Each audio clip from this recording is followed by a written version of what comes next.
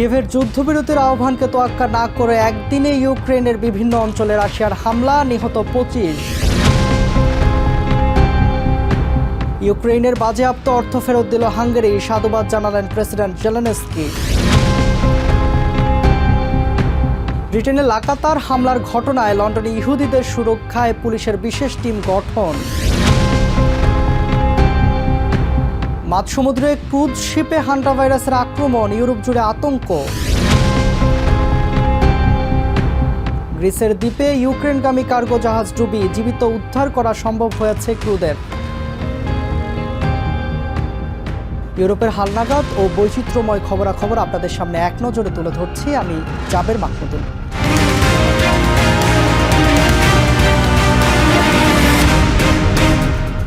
Kyiv যখন অনির্দিষ্টকালের জন্য যুদ্ধবিরতির প্রস্তাব দিয়েছে, ঠিক তার কয়েক ঘন্টা আগেই পূর্ব ইউক্রেনের বিভিন্ন শহরে ভয়াবহ হামলা চালিয়েছে রুশ বাহিনী। মঙ্গলবার দিনভর চালানো এই হামলায় অন্তত 25 জন প্রাণ হারিয়েছেন। এর মধ্যে জাপোরোঝিয়া শহরেই 12 জন নিহত হয়েছেন, যাকে চলতি বছরের অন্যতম ভয়াবহ হামলা হিসেবে দেখা হচ্ছে। রাশিয়ার সামরিক কুচকা আওয়াজ উপলক্ষে মস্কোর দেয়া সামরিক যুদ্ধবিরতির প্রস্তাব প্রত্যাখ্যান করে ইউক্রেন যখন স্থায়ী শান্তির আহ্বান জানাচ্ছে, তখনই এই বর্বর হামলা চালিয়েছে রাশিয়া। ইউক্রেনের প্রস্তাবিত অনির্দিষ্টকালের যুদ্ধবিরতি বুধবার মধ্যরাত থেকে কার্যকর হওয়ার কথা ছিল, কিন্তু সেই সময়সীমা শুরুর আগেই জাপোরিজিয়া, ক্রামাতোরস্ক এবং দিনিপ্রোর মতো শহরগুলোতে বৃষ্টির মতো আছড়ে পড়েছে রুশ আকাশ বোমা ও ড্রোন। বিশেষ করে জাপোরিজিয়া শহরে রুশ বাহিনীর বোমা এবং ড্রোন হামলায় প্রাণ হারিয়েছেন 12 জন।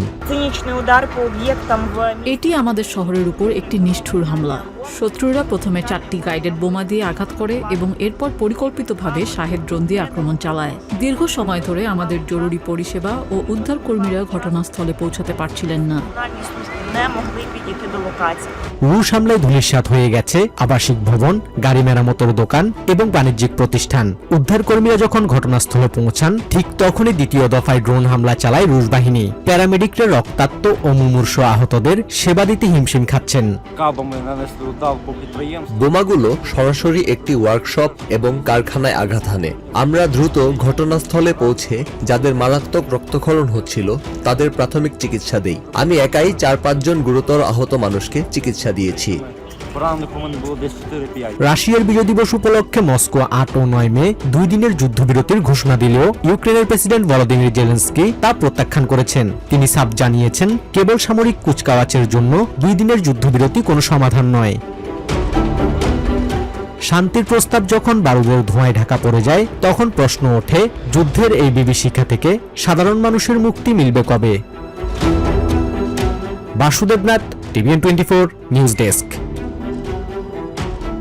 গত মার্চ মাসে বাজেয়াপ্ত করা ইউক্রেনের রাষ্ট্রীয় ওষুধ ব্যাংকের বিপুল পরিমাণ অর্থ ও সম্পদ অবশেষে ফেরত দিয়েছে হাঙ্গেরি।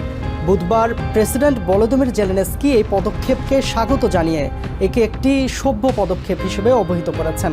প্রায় $82 মিলিয়ন সমমূল্যের নগদ অর্থ ও 9 কেজি স্বর্ণ জব্দের ঘটনায় দুই দেশের মধ্যে চরম উত্তেজনা সৃষ্টি হয়েছিল, যাকে কিয়েভ রাষ্ট্রীয় সন্ত্রাস বলে আখ্যা দিয়েছিল। হাঙ্গেরির ভিক্টর অরবানের দীর্ঘ 16 বছরের শাসনের অবসান এবং নতুন রাজনৈতিক নেতৃত্বের উত্থানের পর কিয়েভের সাথে সম্পর্কের এই ইতিবাচক পরিবর্তন দেখা গেল। ইউরোপিয়ান ইউনিয়নের সদস্য দেশটির এই সিদ্ধান্তকে দ্বিপাক্ষিক সম্পর্কের উন্নতি হিসেবে দেখা হচ্ছে। লন্ডনে ক্রমবর্ধমান ইহুদি বিদ্বেষী হামলা রুখতে 100 সদস্যের একটি বিশেষ পুলিশ টিম গঠনের ঘোষণা দিয়েছে মেট্রোপলিটন পুলিশ। বুধবার ঘোষিত এই দলে সন্ত্রাস বিরোধী বিশেষজ্ঞরাও অন্তর্ভুক্ত থাকছেন। সম্প্রতি 2 ব্যক্তিকে ছুরিকাঘাত, সিনাগগে অগ্নিসংযোগ এবং ইহুদি সম্প্রদায়ের অ্যাম্বুলেন্সে হামলার মতো ঘটনার প্রেক্ষাপটে এই কঠোর পদক্ষেপ নেওয়া হয়েছে। পুলিশ প্রধান মার্ক রাউলি জানিয়েছেন, উগ্রপন্থী গোষ্ঠী এবং বিভিন্ন শত্রু রাষ্ট্রের পক্ষ থেকে ইহুদিরা বর্তমানে হুমকির সম্মুখীন। গত 4 সপ্তাহে ঘৃণা ছড়ানোর দায়ে 50 জনকে গ্রেফতার করা হয়েছে। নতুন এই টিমের প্রধান লক্ষ্য হবে সন্ত্রাসবাদ এবং ঘৃণ্য অপরাধ থেকে এই সম্প্রদায়কে সর্বোচ্চ সুরক্ষা দেয়া। এবার রহস্যময় এক ভাইরাসের আতঙ্কে কাঁপছে ইউরোপ। আটলান্টিক মহাসাগরে ভাসমান একটি বিলাসবহুল ক্রুজ শিপে প্রাণঘাতী হান্টা ভাইরাসের সংক্রমণে 3 জনের মৃত্যু হয়েছে। 150 আরোহী নিয়ে জাহাজটি এখন স্পেনের ক্যানারি দ্বীপপুঞ্জের দিকে এগোচ্ছে। কিন্তু কোভিড মহামারীর দুঃসহ স্মৃতি মনে করে স্থানীয় বাসিন্দারা এই জাহাজটি বন্দরে ভেড়ানোর তীব্র বিরোধিতা করছেন। এমনকি আঞ্চলিক সরকার ও কেন্দ্রীয় সরকারের মধ্যেও তৈরি হয়েছে দ্বন্দ্ব। বিলাসবহুল ক্রুজশিপ এমভি হন্ডিয়াস পর্যটকদের আনন্দ ভ্রমণের জন্য যাত্রা শুরু করলেও এখন এটি এক ভাসমান মৃত্যুপুরী। গত কয়েকদিনে এই জাহাজে হান্টা ভাইরাস সংক্রমণে প্রাণ হারিয়েছেন 2 ডাচ এবং 1 জার্মান নাগরিক। কেপ ভার্দে উপকূলের কাছে দিনভর আটকে থাকার পর জাহাজটি এখন স্পেনের ক্যানারি দ্বীপপুঞ্জের টেনেরিফে বন্দরের দিকে রওনা হয়েছে। তবে এই খবর স্থানীয়দের মধ্যে ছড়িয়ে পড়েছে চরম আতঙ্ক। ক্যানারি দ্বীপপুঞ্জের বাসিন্দারা মনে করছেন এই জাহাজটি ভেড়াতে দেওয়া মানেই আবারও কোভিডের মতো পরিস্থিতি ডেকে আনা। আমরা একটি ছোট দ্বীপপুঞ্জের মানুষ, সাহায্য করার মানসিকতা আমাদের আছে, কিন্তু এটি আমাদের জন্য অতিরিক্ত হয়ে যাচ্ছে।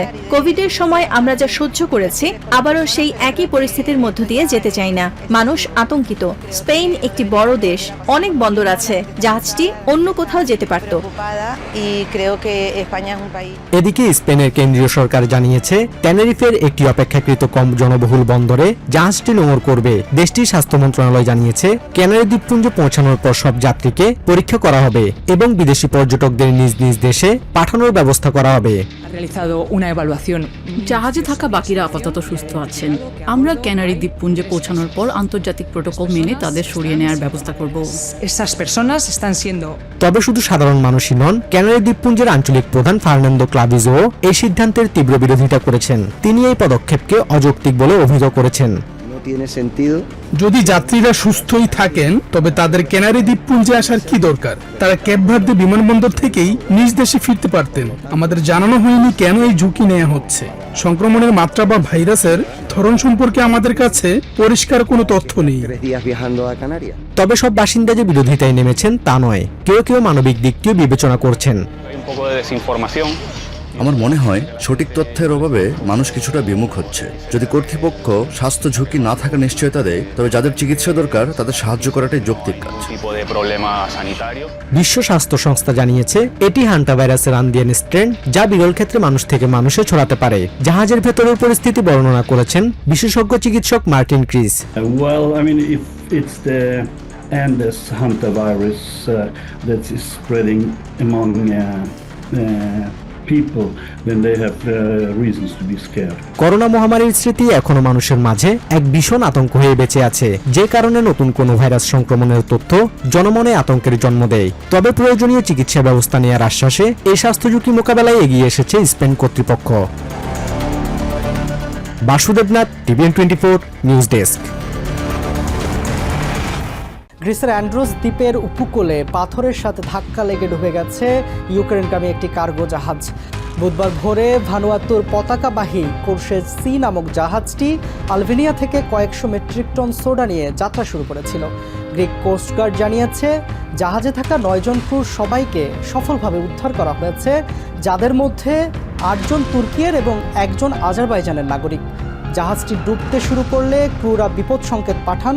পরবর্তীতে হেলিকপ্টার ও কোস্টগার্ডের বিশেষ দলের সহায়তায় তাদের উদ্ধার করে স্থানীয় হাসপাতালে নিয়ে যাওয়া হয়। সাগরে জ্বালানি তেল ও সোডা ছড়িয়ে পড়া রোধে ইতোমধ্যে বিশেষ সুরক্ষা প্রাচীর স্থাপন করা হয়েছে। দুর্ঘটনার সঠিক কারণ অনুসন্ধানে ইতোমধ্যে শুরু করা হয়েছে তদন্ত। এক নজরে ইউরোপের আরও নানা খবর পেতে চোখ রাখুন টিভিএন 24 নিউজ নেটওয়ার্কের ইউটিউব ও ফেসবুক পেজে। ধন্যবাদ। নিউ ইয়র্ক থেকে সম্প্রচারিত টিভিএন 24 টেলিভিশন বিশ্বজুড়ে বাঙালির কণ্ঠস্বর।